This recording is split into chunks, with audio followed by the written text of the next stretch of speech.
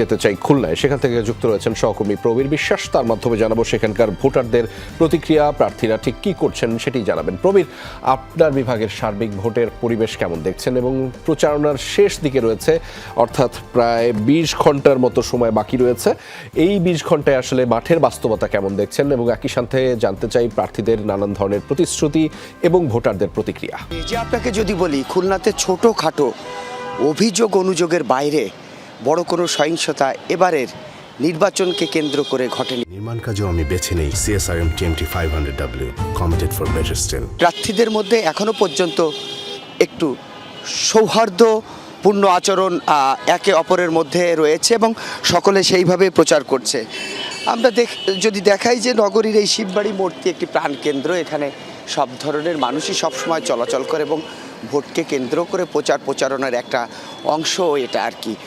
সে কারণে প্রার্থীরা শেষ সময় কিন্তু নিজেদের মতো করেই প্রচারণা চালিয়ে যাচ্ছে এবং খুলনার যে 6টি সংসদীয় আসন রয়েছে, এই সংসদীয় 6টি আসনে মোট 38 জন প্রার্থী, তারা কিন্তু নিজেদের মতো করেই সকাল থেকে গভীর রাত পর্যন্ত এবং সকলেই এটা বলছে যে আমরা নির্বাচন কমিশনের যে নির্দেশনা রয়েছে, যে নিয়ম নীতি রয়েছে, আরপিওতে যে নিয়ম নীতি রয়েছে, সব কিছু মেনেই তারা কিন্তু এই নির্বাচন তারা প্রচারণা চালিয়ে যাচ্ছে।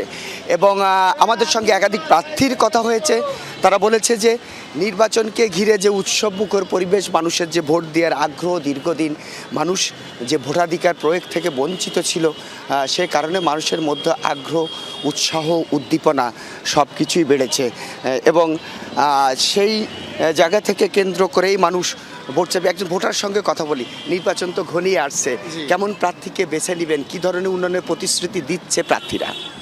ভাই, আমি একজন প্রবাসী, গিরিশ প্রবাসী, আসছি কিছুদিনের জন্য। এখন আমি বিএনপির সাপোর্ট করি, বিএনপির আমি ভোট দেবো।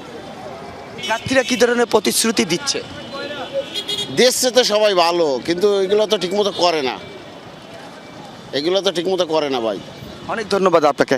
আমরা আরেকজন ভোটারের সঙ্গে কথা বলবো যে নির্বাচন তো চলে আসছে, এবার দুটো ভোট দিতে হবে এবং সেই দুটো ভোটে একটি হ্যাঁ বা নাতে ভোট, একটি কোনো দলীয় প্রার্থীকে ভোট বা যিনি প্রতিদ্বন্দ্বিতা করছে, কেমন প্রার্থীকে বেছে নেবেন নির্বাচনে? আমি বেছে নেব আমার এলাকায় যে প্রার্থী উন্নয়নের পক্ষে থাকবে এবং আমাদের ভাগ্য উন্নয়নে কাজ করবে, এরকম প্রার্থীকে আমরা বেছে নেব এবং সন্ত্রাসী, চাঁদাবাজি মুক্ত বাংলাদেশ গড়বে, এরকম প্রার্থীকে বেছে নেওয়ার পক্ষে আমি আছি। অনেক ধন্যবাদ আপনাকে।